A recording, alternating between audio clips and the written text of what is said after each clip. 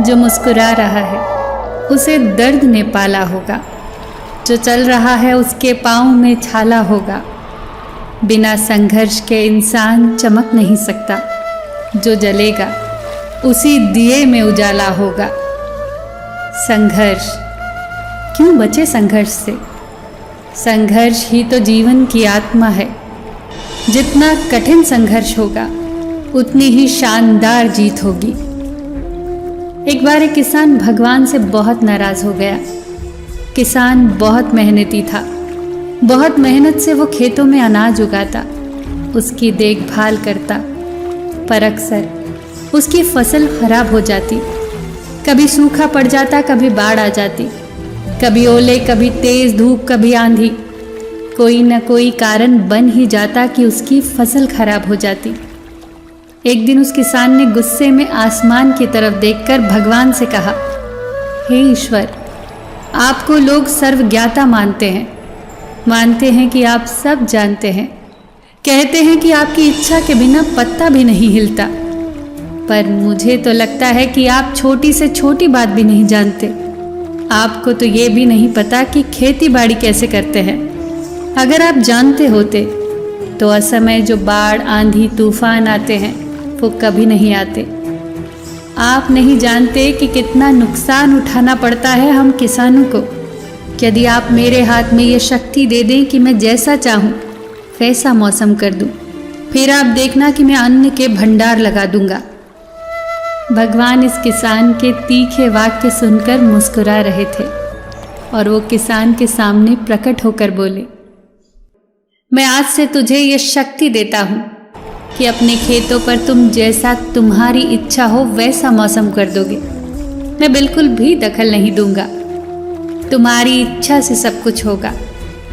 किसान बहुत खुश हो गया। उसने गेहूं की फसल अपने खेतों में बोई। जब उसे लगा खेतों को धूप चाहिए तो खेतों को धूप मिली, जब पानी बरसना चाहिए तभी पानी बरसा।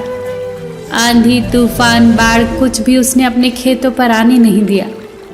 किसान के खेत में इस बरस ऐसी फसल हुई जैसी कभी नहीं हुई थी। ऊंची, हरी भरी, लहलहाती फसल।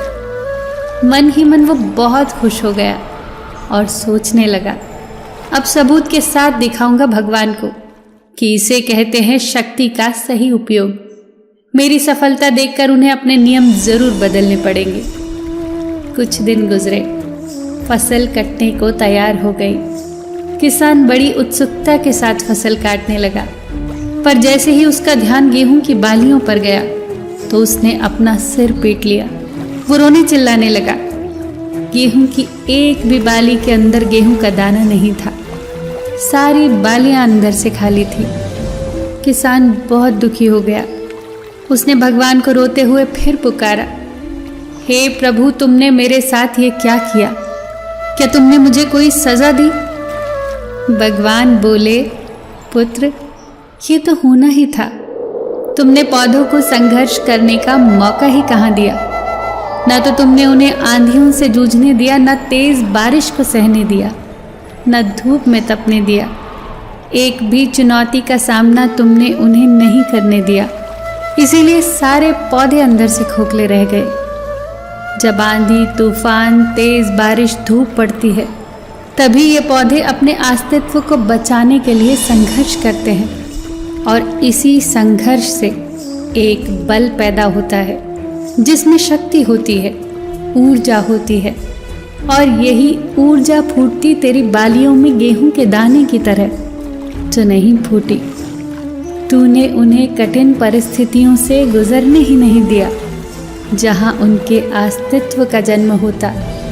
सारी बालियां इसलिए खाली हैं, एक भी गेहूं का दाना इसलिए नहीं है क्योंकि तूने अपने पौधों को संघर्ष कराया ही नहीं। याद रखिए, स्वर्ण में स्वर्णिम आभा तभी आती है जब वो आग में तपने, गलने और हथौड़े से पिटने जैसे संघर्षों से गुजरता है। कोयले का टुकड़ा हीरा तभी बनता है जब वो उच्च दाब और उच्च ताप की मुश्किल परिस्थितियों से गुजरता है।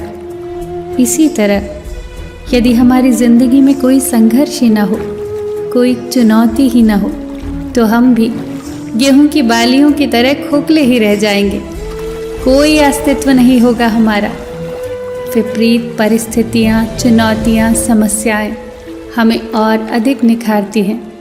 यदि जीवन में मुश्किल परिस्थितियाँ आए, चुनौतियाँ आए तो घबराना मत, बल्कि सामना करना, विश्वास करना कि आप और अधिक निखर जाओगे और अधिक मजबूत बन जाओगे। किसी ने कितना सही कहा है, जिंदगी जीना आसान नहीं होता, बिना संघर्ष कोई महान नहीं होता। जब तक न पड़े हथौड़े की चोट, तब तक पत्थर भी भगवान नहीं होता। फिर मिलेंगे दोस्तों अगली वीडियो के साथ। तब तक के लिए अपना ख्याल रखना और हमेशा मुस्कुराते रहना।